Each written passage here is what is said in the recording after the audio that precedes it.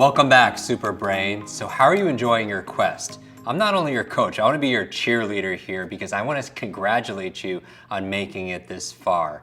So where are we now? We're talking about the ultimate tip, turning everything into a picture, because we are visual creatures. We talk about, if I asked you, tell me about your car, what do you see? You see the car, right? You see four wheels, you see the color, you see the make and model of the car, you see everything about the car. You don't see the actual color written in words, right? You don't see four doors written in words because we think in pictures. We talked about the ultimate tip, which is turning things into pictures. And we talked about how you glue those things together using the vowels, action, tell me, exaggeration, what else is there? Imagination. Good, good, illogical. You want to make it outstanding and unusual and all those good things. So in this lesson, I'm going to bring that together, create a new technique that you've been using almost since day one in this program. It's called word substitution. Word substitution, and we've been using it throughout this entire program, and I'll show you examples of where we've been using it so you're really at a good level with this. And now that you have this, I want to show you how to use word substitution to do two things: to increase your level of vocabulary, because wouldn't you like to improve your vocabulary? Like if you just learn 10 words a day over the course of a month, that's 300 brand new words you have in your arsenal.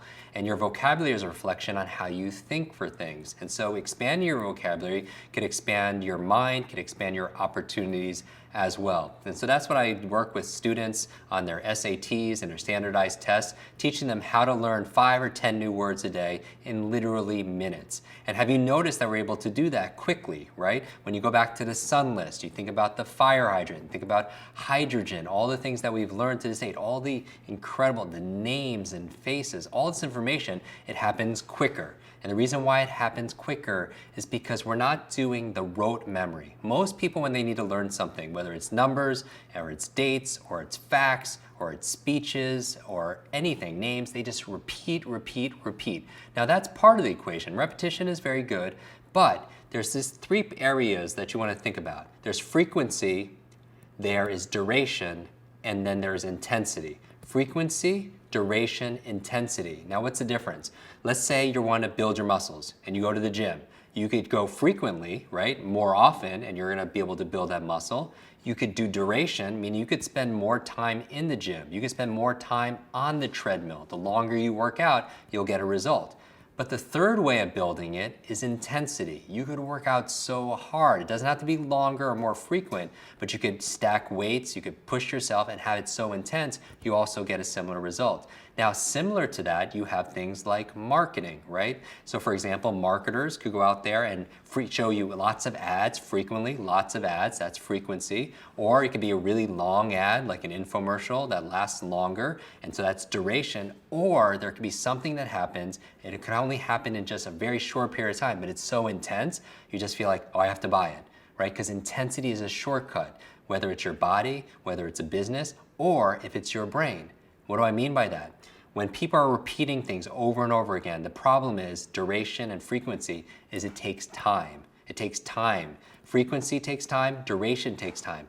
Intensity, though, what we've been using throughout this entire quest is we make things so intense, right? We use visualization, we use association, we use emotion, we use action, we use humor, we're using left brain, right brain, we're using our body, we're using diet and sleep. We're making things so intense so you don't need to repeat things over and over again. In fact, when most people want to study any of the things that you've learned up to this point, normally they do something called rote memory. Now, what's rote memory? Rote is repetition. Rote is kind of like a rotary, like a wheel, like a Rotary Club. You see the symbol as a wheel. What is that? That happened back in 20th century education when they started these schools, and what would they do? They would have rote memory, where rote, the wheel, is actually the teacher giving you the fact. This is how you spell this, or this is the person's name, or this is the formula, or this is hydrogen, helium, lithium.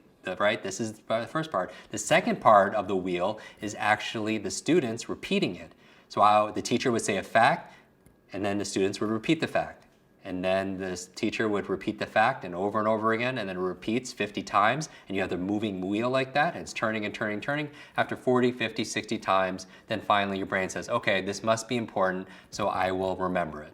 And that's just so inefficient because we live in a digital age where information is flying in from all different directions. You're reading more, and there are blogs, and there's podcasts, and there's all these things. You don't have the time to do all that. So what we're doing is you can learn it once using intensity and emotion, exaggeration, and then all of a sudden you'll remember it for a long period of time. So that's how your memory works, taking ordinary information and making it extraordinary using these intensifiers. That being the case, so how do we apply what we've learned with intensity and turning things into a picture and associations with all the vowels? Well, there's a technique called word substitution.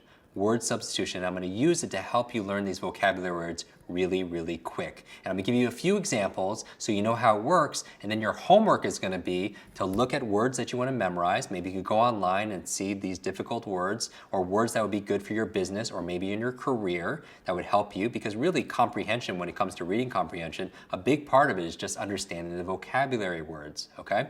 So here we go. I'm going to go through some examples, some really basic words. Now, as an example, just as history, we've done this already. Exactly when you wanted to, word substitution is taking a picture to substitute for the word. So for example, for hydrogen, we use a sound-alike word, a word substitution like a fire hydrant, right? When we used a balloon, that was a word substitution for helium.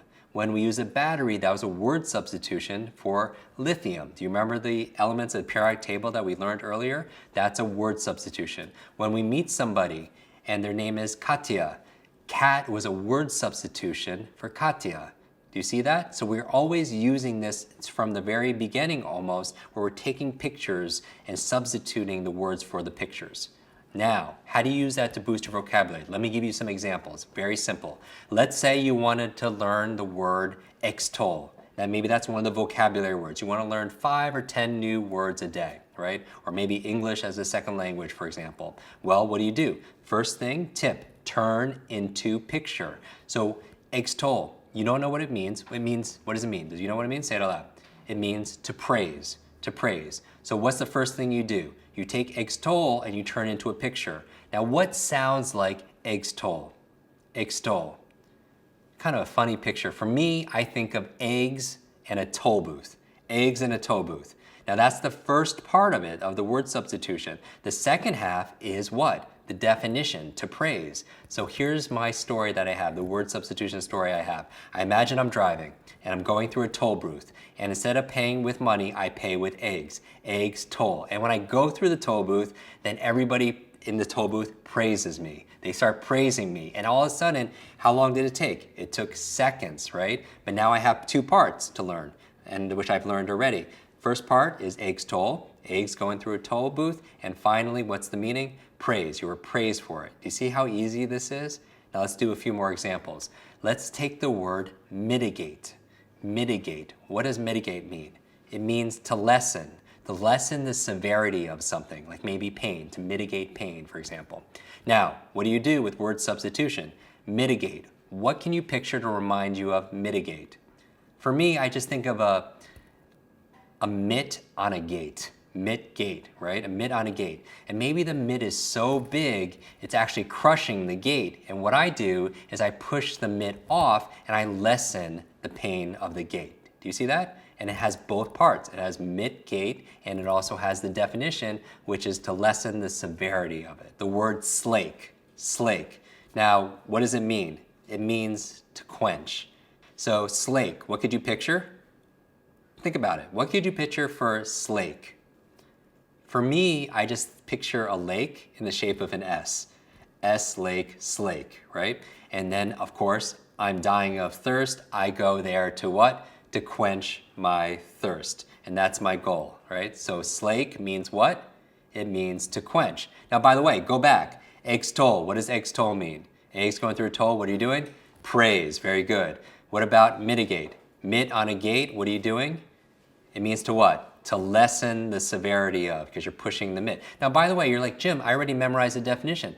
Yes, because this helps you to encode the definition faster. Because here's the thing, these methods are a means to an end. A means to an end, meaning once you get the end, which is the knowledge, the means, the visualization, the word substitution, the chain linking, the basic association, the peg method, that disappears, or even the easy as pie. Once you know someone's name, then the pictures disappear. They're all means to an end to do this, to do one thing, to encode, store, and help you retrieve this information. There's just 3 parts to your memory. First, you encode it, then you store it, and then you retrieve it. And if you really want to remember it well, you have to encode it well, and that's where the intensity comes in. That's why we're turning things into a picture. That's why we're using action, exaggeration, emotion. We're making it illogical. All those things you told me in the beginning helped it to make it more memorable. So that's the word substitution technique applied towards building your vocabulary. And so you can think of like 10 words a day, and notice how quickly that we did this together, literally in minutes.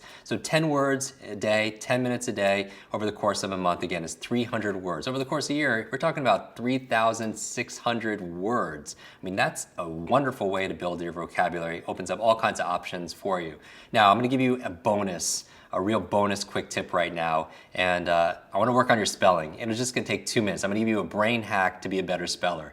Now, if you have trouble spelling, I bet you go through and you try to sound it out and you're not a really good speller. But if you are a good speller, I bet you have a strategy where you look at the word and it just feels right or it feels wrong.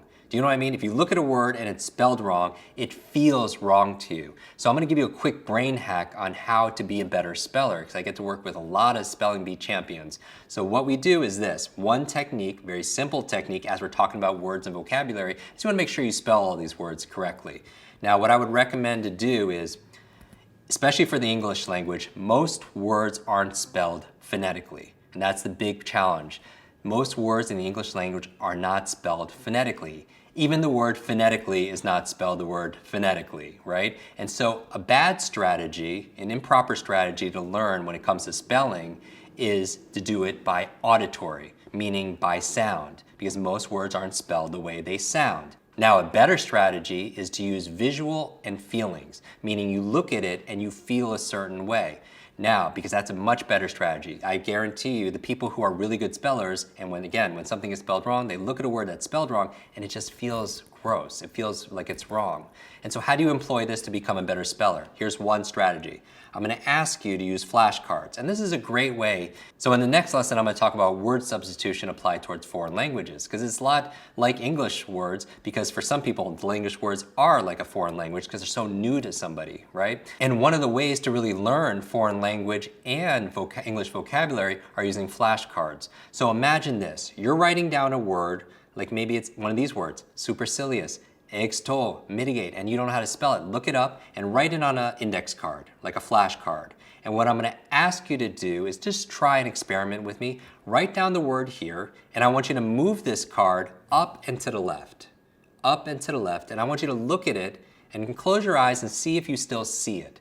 Do you know what I mean? Because the great spellers, they don't just see something and say it to themselves. What they're doing is they're seeing it like maybe a photograph or a piece of art. Like you don't look at a piece of art and look at it left to right or right to left or up and down to up, right? You just take the whole thing in. And that's what good spellers do also as well. So a good speller is able to go put it up here and be able to spell it forwards and backwards. It'd be the equivalent of me having the alphabet here and going Z, Y, X, W, V, U, T, S, R, Q, P, and backwards, because I don't see it forwards or backwards. I see the whole thing. It's like an image here, and the great spellers actually do this also as well.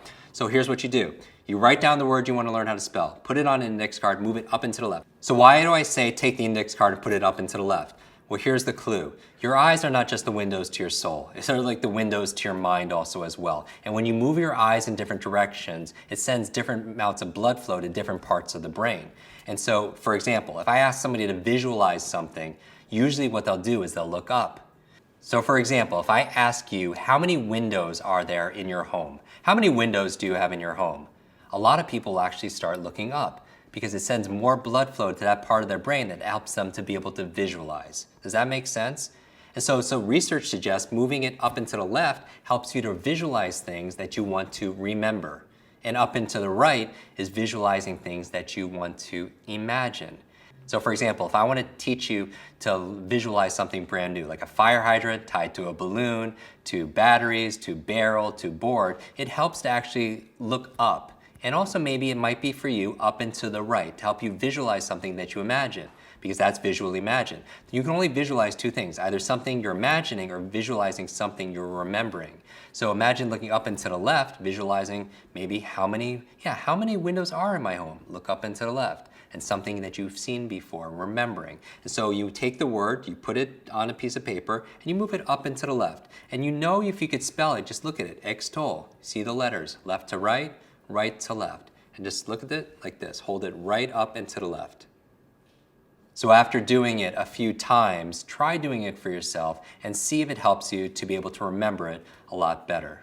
So what's your homework assignment, Superbrain? Really, really simple. I want you to increase your vocabulary. So I want you to go online and come up with a list of words that you want to challenge yourself every single day to be able to remember. Maybe it's 5 words a day, maybe it's 10 words a day, and practice this word substitution technique, where you take a brand new word and do what we did here together. Turn it into a picture and connect it in an interesting way using the vowels, tip and vowels, to be able to apply it towards the definition. Make those little stories. Remember, throughout human history, we taught memory before we had printing presses, before we had tablets, before we had smart devices and transcription, all these things. We would tell stories in order to maintain our memories. So stories, parables are a wonderful way to be able to store your memories. Use this technique in the word substitution, and you'll be activating your super brain. I want you to go into the community, share your success with the tribes, share with them some of the words that you're learning and the pictures that you're using in the tribe, so that way we learn from each other. Together, everyone achieves